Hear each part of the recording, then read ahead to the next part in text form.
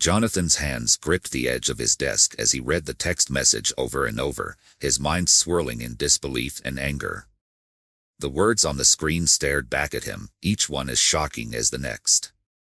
A message had come through from an unknown number, anonymous and brief, but its message was unmistakable. Your wife wasn't as faithful as you think. Last night wasn't her first time with that black colleague of hers. He could barely breathe as his gaze stayed fixed on the words. Jonathan had never had a good feeling about her colleague, a smooth-talking, confident man named Darnell. Jonathan had always looked down on him, dismissing him as a cocky, arrogant man who flaunted his success and didn't know his place. His wife, Sarah, had told him repeatedly that it was just his insecurity talking. But now, this text message confirmed his worst suspicions. His mind raced as he paced back and forth across the living room, barely hearing the sound of the clock ticking away in the background. The anger bubbled in his veins, turning his thoughts darker with each passing second. He couldn't believe this was happening to him. Not to Jonathan Mitchell, a man who prided himself on control and authority. The memories of every little interaction between Sarah and Darnell flashed in his mind like haunting reminders. He remembered the office party a few months back, the way Darnell had smiled at her from across the room, the way she had laughed at his jokes. Jonathan had tried to laugh it off at the time, chalking it up to Sarah's friendly nature. But now, it seemed so obvious. He clenched his fists, his nails digging into his palms. He wasn't about to let this slide. Hours later, Sarah came home from work, oblivious to the fury brewing within her husband. She set her purse down by the door, offering him a warm smile. "Hey, hon. How was your day?" she asked, her voice cheerful. Jonathan didn't return her smile. Instead, he fixed her with a cold, piercing stare. "My day? It's been interesting, Sarah. Very enlightening." Sarah's smile faltered as she took in his tone and expression. She could feel a tension in the air, something dark and heavy that had settled between them. "What's going on, Jonathan?" she asked carefully, crossing her arms. "Why don't you tell me what's going on?" he replied, his voice hard and accusing. "Why don't you tell me about your little office friend?" She took a step back, a look of confusion crossing her face. "I don't understand. What are you talking about?" Jonathan pulled out his phone, thrusting the screen toward her so she could read the anonymous message. "Explain this," he hissed, his voice barely more than a whisper. "Explain what this means, Sarah." Sarah's eyes widened as she read the message, her face paling. She looked up at him, her mouth opening and closing as she struggled to find the words. "Jonathan. It's not what you think." "Oh, it's exactly what I think," he snapped, his voice growing louder with each word. "You cheated on me. With him. You betrayed me with that man." Her hands shook as she reached out, but Jonathan pulled back, his face twisted in rage. "I don't want your apologies," he spat. "I want the truth." Tears filled Sarah's eyes as she took a step back. "It was a mistake," she whispered. "It happened one night. I never meant for it to go that far.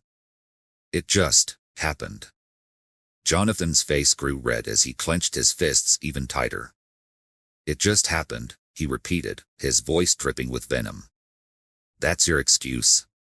You thought it would be okay to betray me because it just happened?"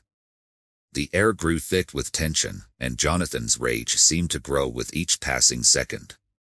He grabbed a nearby vase, hurling it across the room, where it shattered against the wall.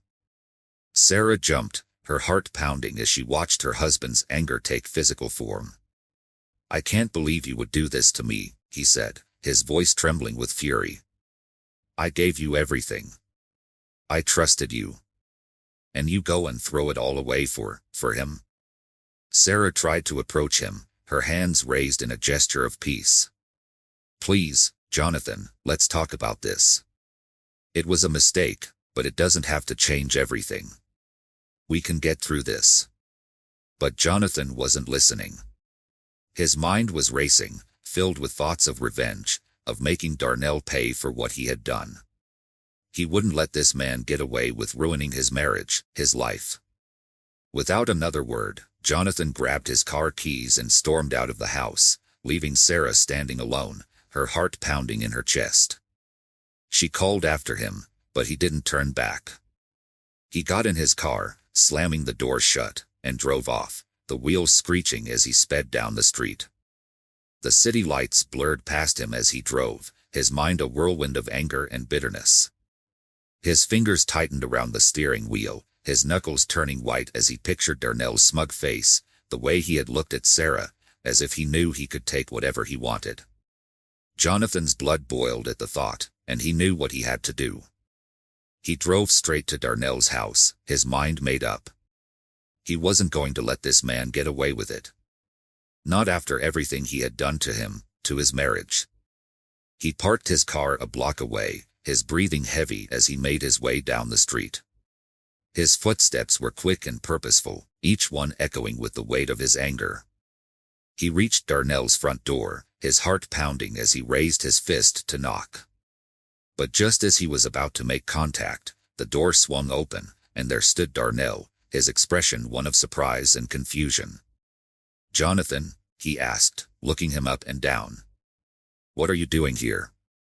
Jonathan didn't respond. Instead, he took a step forward, his fists clenched, his jaw set. The two men stood face to face, the air thick with tension. Jonathan could feel his anger boiling over, his rage simmering just beneath the surface, ready to explode. Without warning, he lunged forward, his fists flying as he attacked Darnell, his mind consumed by a need for revenge. The two men grappled in the doorway, their bodies crashing against walls and furniture as they fought, each one fueled by their own emotions. But even as they fought, Jonathan's anger didn't subside. In fact, it only grew stronger, his thoughts darkening with each punch, each blow. This was only the beginning, he thought. He wasn't going to let Darnell get away with this, not by a long shot. "Soka. Omaira mo karimashita ka? Monster." Jonathan watched as Sarah took a seat on the sofa, her shoulders slumped, eyes filled with remorse. She looked vulnerable, a stark contrast to the confident woman he'd known all these years. Seeing her this way softened him, though he fought against it. A part of him longed to offer comfort, but his pride and the pain of betrayal kept him rooted where he stood. "Jonathan," she said softly, voice tinged with sorrow, "please, sit down. Let me tell you everything." He hesitated, arms crossed defensively, still unable to shake the rage simmering within. But finally, he sat across from her, keeping a cautious distance. "You'd better make this worth listening to, Sarah." Sarah nodded, looking down at her hands as she wrung them nervously. "I know nothing I say will make this right," she began, her voice barely above a whisper. "I just want you to understand why, not to excuse it, but to give you some idea of what led to all this." Jonathan's face remained impassive, though his heart ached at her words. He fought the urge to shout, to demand why she hadn't come to him instead of turning to someone else. But he held back, determined to hear her out.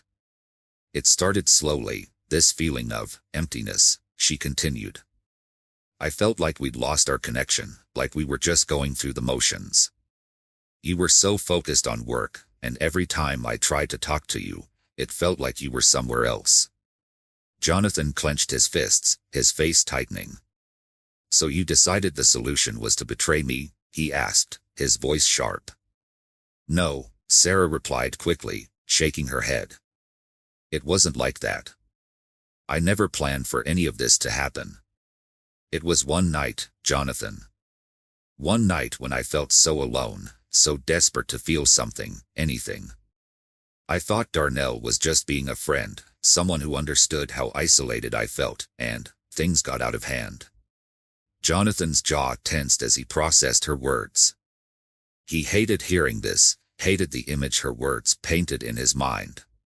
But he forced himself to stay calm, biting back the harsh words that bubbled up inside him. You're saying it was just a mistake, he said bitterly, his voice laced with anger. A spur-of-the-moment decision because you were lonely? That's supposed to make me feel better. No, Sarah whispered, her gaze falling. I know it doesn't. But I needed you to know it wasn't because I wanted him, Jonathan. It wasn't about him at all. It was a mistake, a terrible, stupid mistake. Jonathan stared at her, his mind racing as he struggled to reconcile her words with the betrayal he felt. It hurt deeply to think she'd been so lonely, so disconnected, and that he hadn't noticed. But it hurt even more to realize that in her search for connection, she'd turned to someone else instead of him. As they sat in silence, his phone buzzed on the table, breaking the tension. Jonathan glanced at it, frowning as he saw a text from his old friend Mark, a police officer in town. Got some news on those intruders from last night, it read. Looks like they've been linked to a larger gang. Let's talk soon. Jonathan read the message again, a sense of dread creeping in. If those men had been part of a gang, this could be bigger than he'd realized. He hadn't considered the possibility that their break-in might be part of something far more serious. Jonathan? Sarah asked, watching his reaction. Is everything all right? He glanced up, his expression grim. Just something I need to follow up on, he muttered. The men who broke in last night, they might be part of a gang. Sarah's face paled, her eyes widening in shock. A gang? Do you think they were targeting us? Jonathan shook his head slowly. I don't know yet. But I'm going to find out. He felt a sudden surge of determination, a need to protect his home and his family, no matter the state of his relationship with Sarah. But as he looked at her, her face full of worry, he felt a pang of guilt. He had always been protective, sometimes to a fault, and maybe his drive to keep her safe had only widened the gulf between them. But there was no time to dwell on that now. I need to go down to the station, he said finally, getting up from his seat. I'll talk to Mark, see what he's found out. Sarah nodded, though her eyes remained troubled. Do you want me to come with you? No, Jonathan replied, his tone firm. I'll handle this on my own. Without another word, he grabbed his keys and left, his mind racing as he drove to the station. The streets were quiet as he navigated through the city, his thoughts swirling with anger, confusion, and a strange sense of purpose. He had a feeling that discovering the truth about the break-in would bring some clarity, even if it couldn't erase the betrayal he felt. When he arrived at the station, Mark was waiting for him, his face serious as he greeted Jonathan. Those guys from last night, they've been linked to several burglaries in the area. They're part of a gang that's been targeting homes of people they think won't fight back. Jonathan's fists clenched. And they thought that was me? Why? Mark shook his head, frowning. Hard to say. Could be they thought your place looked easy, maybe saw you and thought you were an easy target. But it's more than that, they were after something specific. We found out they'd been surveilling your place for a while. Anything valuable you have in there? Jonathan frowned, thinking about his home, his valuables, and the fact that these men had been watching him. It made his skin crawl. But aside from some electronics and his collection of rare coins, there was nothing extraordinary in his house. Mark seemed to read his thoughts. Look, I think you're going to want to tighten up security. Maybe get some cameras installed, make sure there's nothing they could use as a reason to come back. Jonathan nodded, but his mind was elsewhere. He couldn't shake the feeling that this break-in was somehow connected to everything else going on in his life. But that didn't make sense. How could his marital problems and the intrusion be linked? As he left the station, he couldn't help but wonder if there was more to all of this. He decided to drive to a nearby electronics store, where he purchased a set of security cameras and other equipment to reinforce his home's defenses.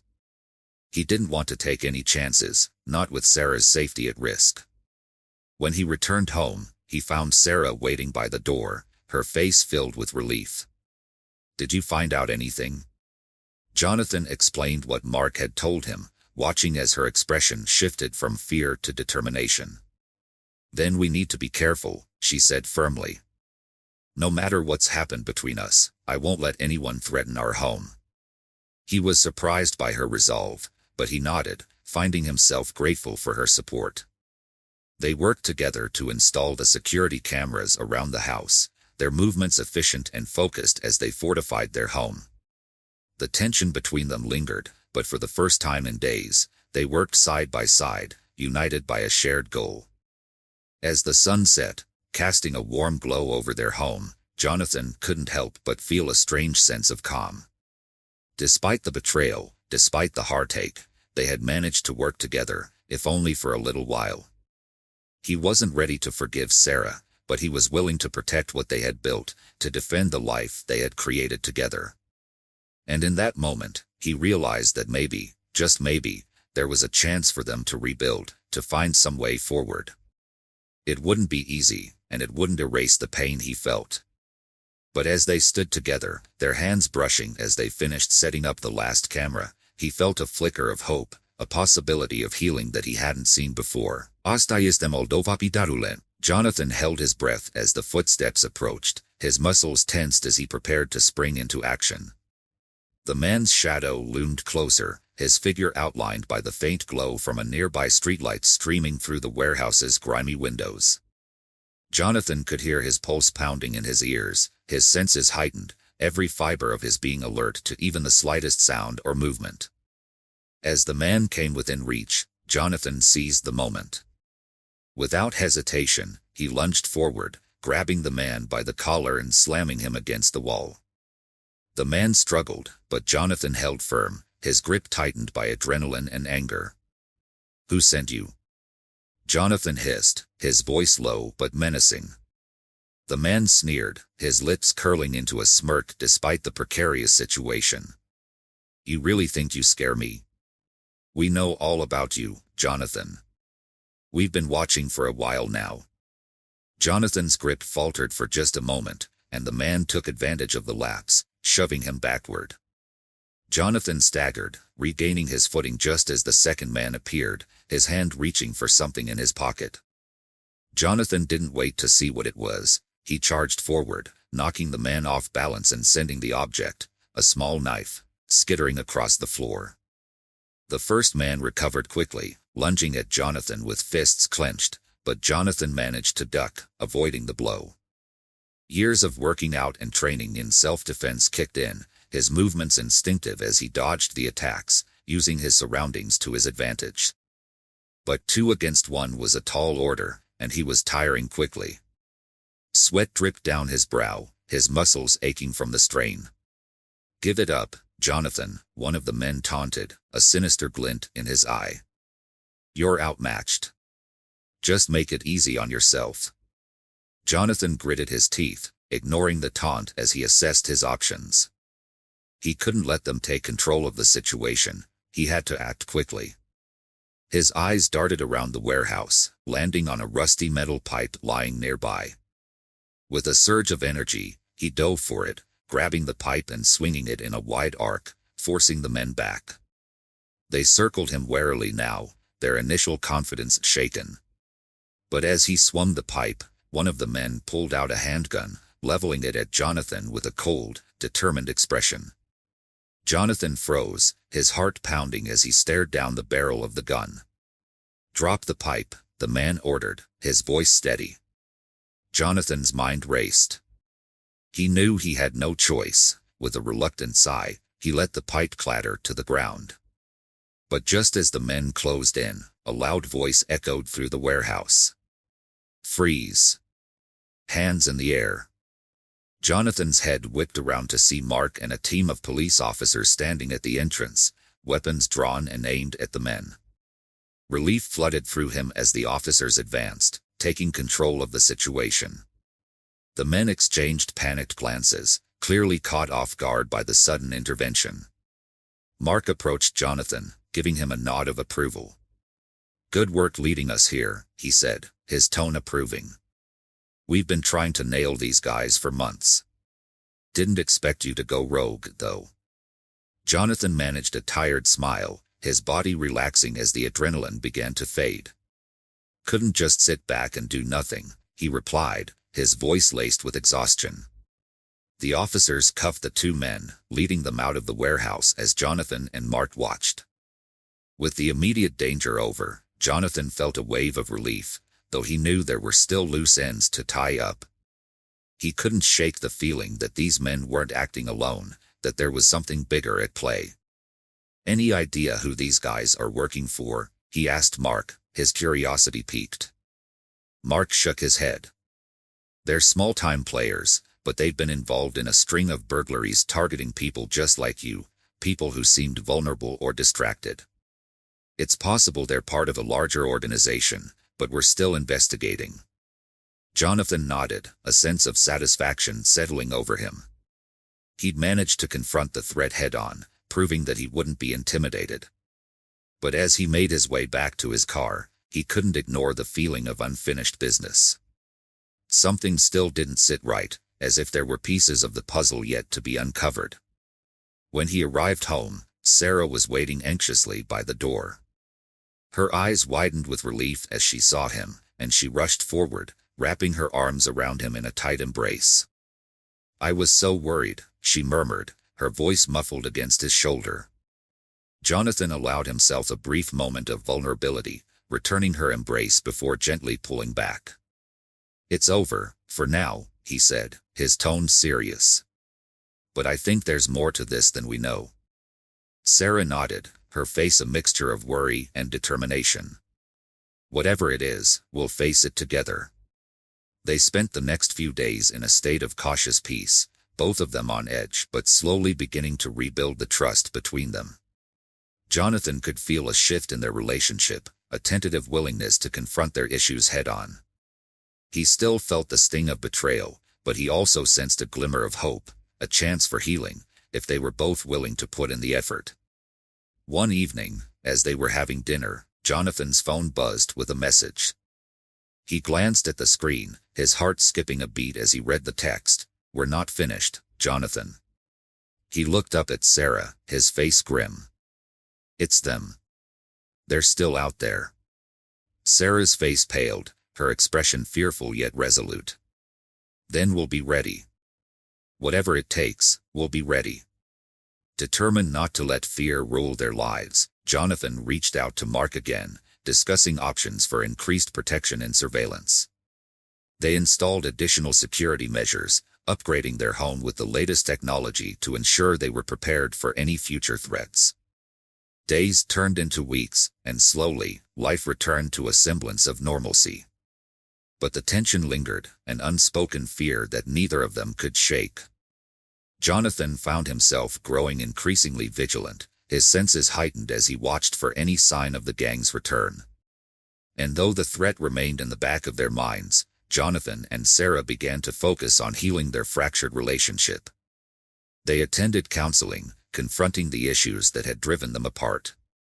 It was a painful process, but each session brought them closer, helping them to understand each other in ways they hadn't before. Despite the lingering fear, they began to rebuild their lives, determined to create a new foundation based on honesty and mutual respect. Jonathan still struggled with feelings of betrayal, but he found solace in the progress they were making. Slowly but surely, he felt the anger and resentment begin to fade, replaced by a renewed commitment to their marriage. But the peace was fragile, a tentative truce held together by their shared determination to move forward. They knew that the gang was still out there, waiting for the right moment to strike. And though they had fortified their home and strengthened their defenses, they couldn't shake the feeling that the final confrontation was looming, a storm on the horizon that they couldn't ignore. One evening, as they sat on the porch watching the sunset, Jonathan reached for Sarah's hand, a gesture of solidarity and hope. They sat in comfortable silence, watching the sky darken, each of them lost in their thoughts. It was a rare moment of peace, a brief respite from the constant tension that had become their new normal. But as the darkness deepened, Jonathan felt a familiar sense of unease, a feeling he'd come to recognize as the prelude to danger. He tightened his grip on Sarah's hand, his gaze scanning the shadows for any sign of movement. And as the first stars appeared in the night sky, he knew that the calm wouldn't last much longer. The final confrontation was coming, and he was ready. Whatever it took, he would protect his home, his family, and the life they had built together. And he knew, deep down, that Sarah would stand by his side, ready to face the storm with him. Jonathan's grip on Sarah's hand tightened as they sat in the growing darkness, sensing that their ordeal wasn't over. For weeks, they had fought to regain some sense of normalcy, but the threat had loomed constantly in the background. Tonight felt different, though. It was as if the air itself held a foreboding tension, an eerie quiet settling over the neighborhood.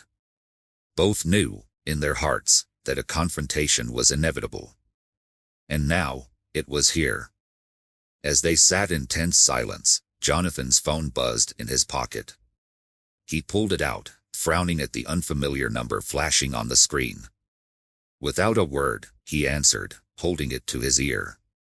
A distorted, chilling voice greeted him. "Jonathan," the voice drawled, dripping with malice. "We warned you this wasn't over." The blood drained from his face, but his voice remained steady.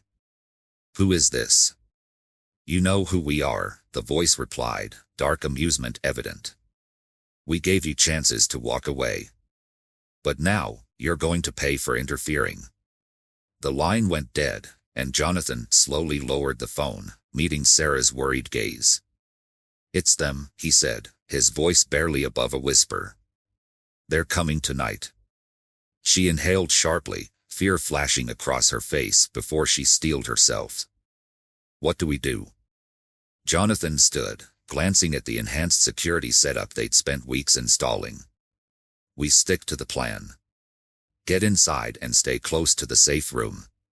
We'll use the cameras to watch for any movement, and we'll call the police if things escalate." Together, they moved into the house, Jonathan locking the doors and securing the windows. Sarah's hands shook as she typed the security code into the system, activating every alarm and surveillance camera around the property. They both took a seat in the small den where multiple monitors displayed live feeds from every corner of the house. Minutes passed in agonizing silence, each tick of the clock amplifying the dread building inside them. Jonathan scanned the screens, his muscles tense, his senses sharpened to a razor's edge. Then, movement caught his eye, a dark figure slipping through the shadows at the edge of the property, followed by another and then another. "They're here," he murmured, his voice tight with fear and determination. Sarah's hand went to her mouth, stifling a gasp as she watched the intruders inch closer, spreading out to cover multiple entry points. Jonathan picked up his phone, dialing Mark and explaining the situation in a low, urgent voice. "Stay calm, Jonathan." "We're on our way," Mark replied. "Just keep them out until we arrive." Jonathan hung up, his jaw set. They had to hold out until help arrived, but he knew it wouldn't be easy. His mind raced, his instincts telling him to defend his home, to protect his wife. He glanced at Sarah, seeing the fear etched on her face, and he felt a surge of resolve. "Stay low and be ready to head to the safe room if things get out of hand," he said, his voice filled with an urgency she'd never heard before.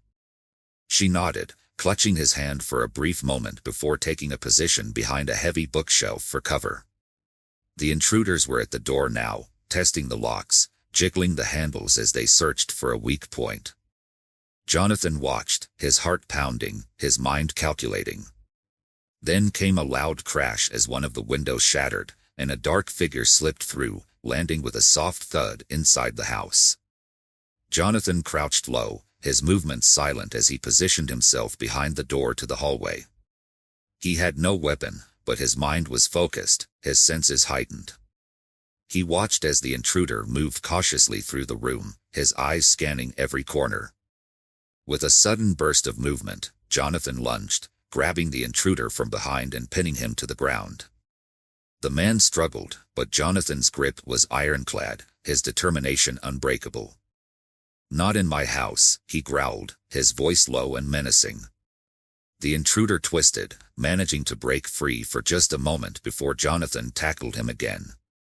They grappled, each struggling for dominance, their movements harsh and desperate. Just as Jonathan gained the upper hand, a second figure appeared in the doorway, leveling a gun at him. "Enough," the second man said, his tone cold. Jonathan froze, his eyes locked on the gun, his mind racing. He could hear Sarah's rapid breathing from her hiding spot, could feel the tension crackling in the air. Then, the sound of sirens pierced the night, faint at first but growing louder, closer. The second man cursed, his gaze flickering toward the door. Jonathan seized the opportunity, surging forward and knocking the gun from his hand. The weapon skidded across the floor, and Jonathan didn't hesitate. He punched the man with all the strength he could muster, sending him stumbling backward. Outside, the flashing lights of police cars illuminated the night, casting an eerie glow over the front yard. Officers poured out, their weapons drawn as they advanced on the house. The intruders, realizing they were outnumbered, began to retreat, darting through broken windows and slipping into the darkness. Mark burst through the front door, his gaze sweeping the room before landing on Jonathan and Sarah.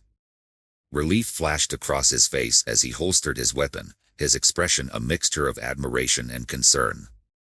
"You both all right?" Jonathan nodded, though his heart was still racing, his body trembling with the aftermath of adrenaline. "We're fine," he replied, his voice steady. Mark glanced around, taking in the shattered glass and overturned furniture. "You handled yourself well. These guys won't be bothering you again. We'll make sure of it." As the officers began to secure the scene and take statements, Jonathan felt a weight lift from his shoulders. The threat was over, the ordeal finally behind them. He looked at Sarah, seeing a glimmer of relief in her eyes, mixed with the same exhaustion he felt. They had made it through, had faced the storm together and come out the other side stronger. In the days that followed, life slowly returned to normal. The repairs to the house were made, the shattered windows replaced, the broken locks mended. But the experience had left its mark on both of them, a reminder of the fragility of life and the importance of trust and resilience. As Jonathan and Sarah sat together one evening, watching the sun dip below the horizon, they felt a sense of peace settle over them. Their bond, once fractured by betrayal and fear, had been reforged in the crucible of adversity. They had faced their darkest fears and emerged stronger, their love tempered by the trials they had endured. And though the memories of those nights would linger, a shadow on the edges of their lives, they knew they had the strength to face whatever challenges lay ahead. Together, they had rebuilt their trust, their love, and their future, a future that, despite everything, held the promise of hope and healing.